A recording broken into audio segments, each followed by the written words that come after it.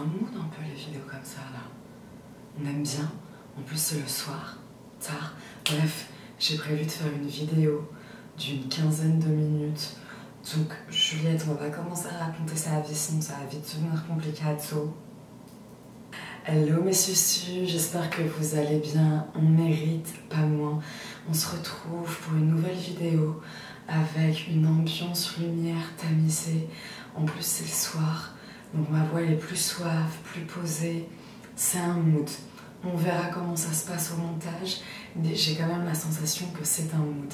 J'étais en train de réfléchir à un sujet que j'avais envie d'aborder et il s'avère que je vais vous parler de quelque chose, un sujet dans lequel j'ai été experte pendant très longtemps, qui s'appelle la procrastination. Je me suis rendu compte que, et ça sera le titre de la vidéo je pense, que j'étais pas flemmarde, mais j'étais juste beaucoup trop sous pression. Après avoir passé un peu de temps, énormément de temps à analyser le processus de procrastination que je suivais personnellement, je me suis rendu compte qu'il y avait 3 raisons majeures dans le fait de ne pas prendre certaines actions et de m'empêcher de créer et de limiter mon inspiration. La première raison étant la notion de mérite. Pour certaines raisons, pendant des années, j'ai pensé ne pas mériter la carrière que je désirais, réaliser les rêves que j'avais en tête, une certaine abondance financière, artistique. Et tout ça, ça m'a mené à ce qu'on appelle de l'auto-sabotage. Et l'auto-sabotage, ça peut se manifester de tellement, mais tellement de manières. Je pense que c'est pour ça que ça peut être intéressant d'écrire ce qu'on pense, ce qu'on ressent, plus ou moins fréquemment ou pas, c'est pas vraiment la question. Le fait d'écrire ce qu'on pense, ce qu'on a dans la tête, ce qu'on a dans le cœur, dans l'esprit, et de mettre tout ça noir sur blanc, quand on revient dessus avec un peu de recul, on se rend compte en fait de ce qu'on fait, des schémas qu'on répète, et quand on y réfléchit un peu, pourquoi on les répète. Donc en l'occurrence, moi, l'auto-sabotage, ça se présentait de cette façon où clairement j'allais commencer à beaucoup trop réfléchir à ce que j'étais censée faire. Et au bout d'un certain moment, j'avais même plus envie de le faire parce que j'avais passé des heures à y réfléchir et à développer ce qu'on appelle de l'anxiété d'anticipation. Et en plus de ça, je m'étais fait tout un scénario dans ma tête de ce que ça allait être. Donc il n'y avait plus de magie, il n'y avait plus d'excitation. Et puis aussi, j'avais listé en amont toutes les complications que j'étais susceptible de rencontrer. Donc si tu veux, tu atteins un stade, à un moment donné, où la charge mentale est 100 fois plus importante que l'action en elle-même.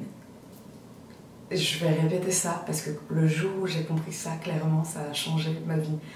La charge mentale que tu crées par rapport à une action va devenir beaucoup plus lourde et beaucoup plus importante que l'action en elle-même que tu es censé accomplir.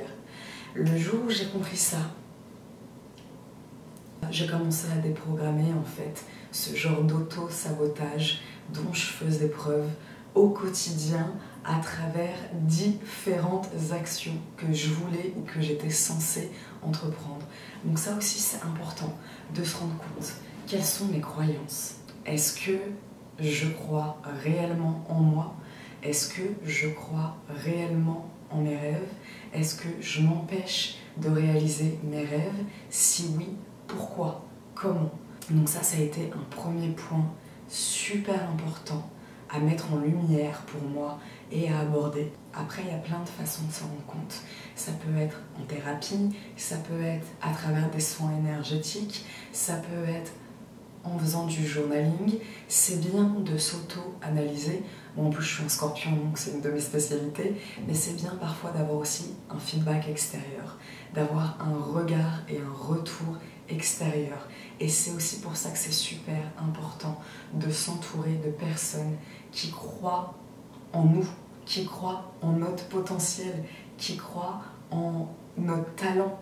Et j'en passe parce que d'avoir ce regard-là, ça peut changer énormément de choses. Je sais que le fait d'avoir de plus en plus des personnes extraordinaires autour de moi qui vont me pousser à plus danser, plus coacher, plus écrire, plus filmer, plus faire du montage. Tout ça, en fait, parfois, ça va juste nous donner le petit coup de pouce dont on avait besoin. Parfois, on n'est vraiment pas loin pour se dire « Mais qu'est-ce que j'ai vu de si compliqué là-dedans, en fait ?» Puisque je suis tout à fait capable de le faire. Je suis tout à fait capable de réaliser tel ou tel rêve. Donc, le fait de se rendre compte qu'on a tendance à s'auto-saboter et cette notion de mérite, c'est pour ça que c'est super important de prendre le temps de déprogrammer son cerveau à penser d'une certaine manière et à suivre certains chemins de pensée et d'action qui en fait ne nous servent plus depuis tellement longtemps et à reprogrammer son cerveau.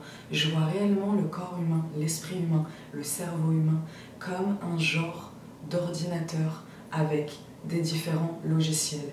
Tout ce qui a été installé, programmé à un certain moment peut être désinstallé et déprogrammé. Heureusement, heureusement, ce serait tellement ennuyant, tellement relou de suivre les mêmes schémas de pensée toute notre vie. Heureusement qu'on peut déprogrammer certaines choses et reprogrammer d'autres choses en fonction de notre évolution, en fonction de nos nouvelles croyances. La deuxième raison, et alors ça va parler aux personnes qui sont super mentales, c'est trop de charge mentale. Et ça, alors, ça a été prouvé, mais à tellement de niveaux, scientifiquement, émotionnellement, spirituellement, thérapeutiquement, psychologiquement. Déjà, il y a plusieurs choses par rapport à ça. C'est que on a besoin de favoriser les baby steps, parce que c'est ce qui va nous permettre de construire quelque chose de durable sur le long terme. Et puis, surtout quand on débute dans un certain domaine, dans un certain champ d'action, c'est hyper important et c'est hyper satisfaisant aussi de se sentir bonne, douée et talentueuse quand on essaye de réaliser quelque chose. Donc forcément, si on se dit demain je vais tourner une vidéo de 4h30 sur les relations de couple, mais alors c'est le meilleur moyen d'être dégoûté des relations de couple et puis surtout des tournages vidéo quoi. Alors que si on se dit demain je vais tourner une vidéo de 2-3 minutes et c'est important aussi de se laisser le bénéfice du doute, de se laisser le libre arbitre, de se dire je vais voir si je kiffe ça, si je me sens bien là-dedans. C'est pas non, demain je tourne une vidéo de 3h30, il faut que je sois mood, il faut que je sois over, il faut que je sois brillante et shiny et que j'ai de la confiance en moi et que j'ai une oration parfaite et curl. Là c'est le meilleur moyen de courir à la catastrophe. Le fait de se dire ok, on va y aller step by step, baby step et peut-être que ça va me plaire, peut-être pas. Et si ça me plaît pas demain dans le format que je vais tester, ça veut pas dire qu'il y a d'autres formats qui vont pas me plaire. Ça veut pas dire que je vais détester tous les formats. Je me laisse aussi la possibilité de tester plusieurs formats et de voir celui-là oui, celui-là non, celui-là ok, peut-être, celui-là peut-être qu'en changeant le thème, la façon de me filmer, l'heure à laquelle je le fais, je serai dans un autre mood et du coup, il y a moyen que je kiffe. Ça aussi, c'est super important. Donc, le fait de commencer petit à petit par des petites actions qui vont nous permettre de se rendre compte de ce qu'on aime ou pas et quand on se rend compte qu'on aime un certain format, de se dire « Hey, mais en fait je suis fraîche, mais en fait je suis douée, en fait je suis talentueuse », ça va construire et ça va renforcer cette confiance en soi qui est super importante à développer tout au long du processus de création. Donc la charge mentale qui nous met en PLS, où on a juste envie de s'arracher les cheveux parce qu'on se met dans des situations de stress pas possibles et surtout pas nécessaires, ça, bitch, bye. Non, vraiment, c'est pas la peine. C'est vraiment, vraiment, vraiment pas la peine. Par contre, les situations où on y va baby step et qu'au fur et à mesure, on se rend compte qu'on est bien dans ce qu'on fait, qu'on aime ce qu'on fait et qu'on a envie de développer ce qu'on fait, girl, yes. Girl, yes. Et ça va avoir un impact positif sur tellement d'aspects de notre personne. Big yes. Big yes. La troisième raison, et alors ça, je pense que c'est quelque chose qui m'a servi et qui va te servir dans tellement de domaines de ta vie, c'est l'humilité et la reconnaissance. Je m'explique. J'ai sorti ma première vidéo YouTube il n'y a pas longtemps et j'ai eu, il me semble, en 24 heures, 400 vues, 450 vues, quelque chose comme ça. Le fait de travailler sur mon humilité et de mettre mon ego de côté, ça me met dans une position où je suis reconnaissante pour chacune des vues. Où au lieu de se dire « Putain, je m'attendais à 2000, 3000, 4000 vues », déjà, il faut se débarrasser de nos attentes. Vraiment, nos attentes nous tuent en fait. C'est bien et c'est recommandé d'avoir certains objectifs, mais il faut que ce soit des objectifs qui soient réalisables. Et c'est pas parce que sur une dizaine d'objectifs, on n'en a pas atteint 5, que c'est pas possible de réaliser les 5 autres. Et ça, c'est super important de le dire. Le fait d'être super reconnaissante et de replacer les faits dans leur contexte, de se dire, attends, il y a 450 personnes, ou alors au début, il y a 30, 50, 100, 150 personnes qui ont pris de leur temps pour regarder ma vidéo. Alors que sur YouTube, on est des millions. La Go, elle aurait pu choisir telle ou telle personne. Mais non, elle a décidé de prendre 30 minutes de son temps pour regarder ma vidéo. Et c'est extraordinaire en fait. Et cette position d'humilité, de dire je suis reconnaissante pour ces 50 et 100 et 200 vues, ça change tout. Et ça ne veut pas dire que toute ta vie, tu vas te contenter d'avoir 50, 100, 150 vues sur tes vidéos. Ça veut dire que dans un premier temps, tu es reconnaissante pour ce certain nombre de vues. Et dans un second temps, tu vas te dire, ok, qu'est-ce que je peux faire pour augmenter ce nombre de vues pour ma prochaine vidéo? Je vais essayer de changer de lumière, de format, de sujet, de moyens de communiquer sur le fait que je viens de sortir une vidéo et surtout, je ne vais pas oublier et d'être expressif par rapport à cette reconnaissance que j'ai. Et puis surtout, ne pas avoir honte. Ça, c'est super, super important. Je vois tellement de personnes qui masquent leur j'aime sur Instagram et qui, alors quand c'est un style, il n'y a pas de souci, mais quand tu masques le nombre de j'aime sur certaines publications et que sur d'autres publications, tu vas pas les masquer alors que c'est le même contenu, je trouve que c'est limite un manque de respect par rapport à toi et à ta création et à ton travail. À partir du moment où tu aimes ce que tu fais, à partir du moment où tu es fier de ce que tu fais, il n'y a rien à masquer, il n'y a rien à cacher. Surtout quand tu sais que c'est un algorithme qui rentre en jeu et qui va influer le nombre et la portée de ton travail qui va se quantifier en j'aime et en commentaires. Et il ne faut pas oublier que tout ça, c'est les réseaux sociaux. Les réseaux sociaux, c'est pas la vraie vie, c'est une traduction d'un certain aspect de ta vie. Donc le fait de dire « Hey, j'ai eu 400 vues sur ma dernière vidéo », plutôt que de te dire « Oh wow, it sucks, j'ai eu 400 vues sur ma dernière vidéo et genre je pensais atteindre au moins, je sais pas, les 2000 ou 3000 vues », déjà ça va te mettre dans un bad mood. T'as pas envie de retourner une vidéo.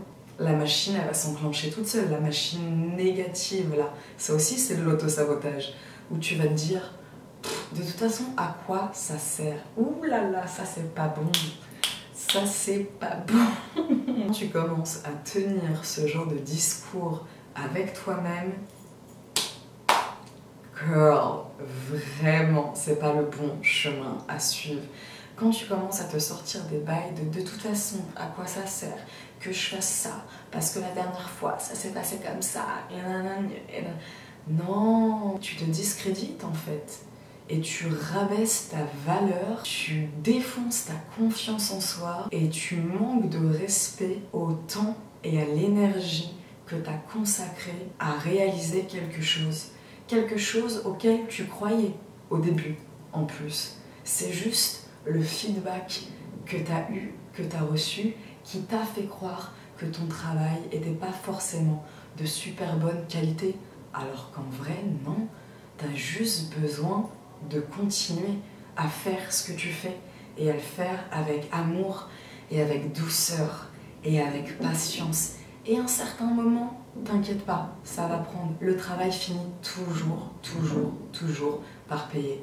Et non seulement ça va prendre à un certain moment, mais le jour où ça va prendre, tu seras même plus dans cette optique.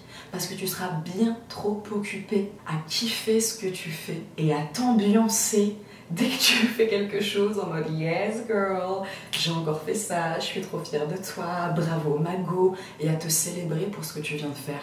Au fur et à mesure, je l'espère, et c'est tout le mal que je te souhaite, ça va devenir une habitude. En tout cas, j'espère que t'en feras une habitude. En tout cas, je sais que pour ma part, j'ai jamais été aussi créative et aussi inspirée et aussi à l'aise avec ma création, peu importe ce que je crée, depuis que je me suis autorisée le fait d'être vulnérable, le fait de créer parce que ça me fait du bien, parce que ça me fait plaisir, parce que je pense qu'il y a un message qui est important, ou parce que ça me fait rire, ou parce que je sens que c'est la bonne chose à faire, tout simplement.